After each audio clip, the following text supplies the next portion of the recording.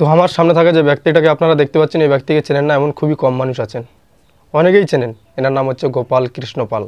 তো আজকের আমি প্রমাণ দিয়ে দেবো যে ইনি, এই যে গোপাল কৃষ্ণ পাল, ইনি না তো ঈশ্বরের প্রতি বিশ্বাস রাখেন, না তো এই যে গোলার তুলসী মালার প্রতি বিশ্বাস রাখেন। হ্যাঁ, আর এনার কাজ হচ্ছে এই সমাজে আসরের দাঁড়িয়ে মানুষের মধ্যে অন্ধবিশ্বাস ও কুসংস্কার ছড়ানো, এই ছাড়ার অন্য কিছু নয়। তো ইনি প্রতিটা আসরে, ইনি নয়, প্রত্যেকটা কীর্তনিয়া আসরে উঠে একটাই বক্তব্য রাখেন যে গলায় তুলসী মালা পরবেন। হ্যাঁ, কোনো কিছু হয়ে যাক না হোক তুলসী মালা পরবেন। অনেক কীর্তনীদের মুখে শুনেছি তুলসী মালা বললে নাকি যমরাজ স্পর্শ করতে পারে না, না তো অশুভ শক্তি তাকে স্পর্শ করতে পারে। হ্যাঁ, এমনও কথা শুনেছি।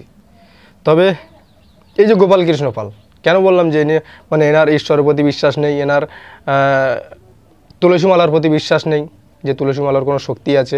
এই যে আপনাদেরকে যে বলছে তুলসী মালার অনেক শক্তি আছে, তুলসী মালার অনেক গুণ আছে, এই যে বলে বেড়ায়, তার প্রমাণ আজকে আমি আপনাদের দিয়ে দেবো। তো আপনারা দেখতেই পাচ্ছেন যে ব্যক্তির হাতে এতগুলো আংটি, হ্যাঁ এই যে গ্রহের আংটি, বিপদ আপদের আংটি, আপনারা যারা যারা ব্যবহার করেন তারা জানেন যে এগুলো কিসের আংটি। তাহলে ভাবতে পারছেন ওনার ঈশ্বর চাইতেও ওই আংটির প্রতি বিশ্বাস আছে, ওনার এই গোলাপ তুলসী মালার চাইতেও আংটির প্রতি বিশ্বাস আছে।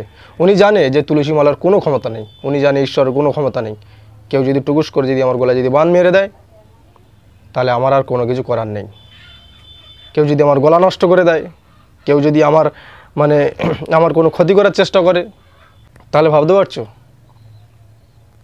যে ইনি কীভাবে আজ বছরকে বছর মানুষকে বোকা বানিয়ে যাচ্ছে যে ঈশ্বরের প্রতি বিশ্বাস রাখো, মালার প্রতি বিশ্বাস রাখো, অথচ নিজে ঈশ্বর এবং মালার প্রতি কোনো বিশ্বাস রাখে না।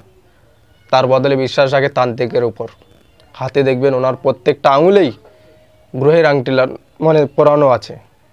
ভাবতে পারছেন? আর আপনাদেরকে বছরকে বছর কীভাবে বোকা বানিয়ে যাচ্ছে।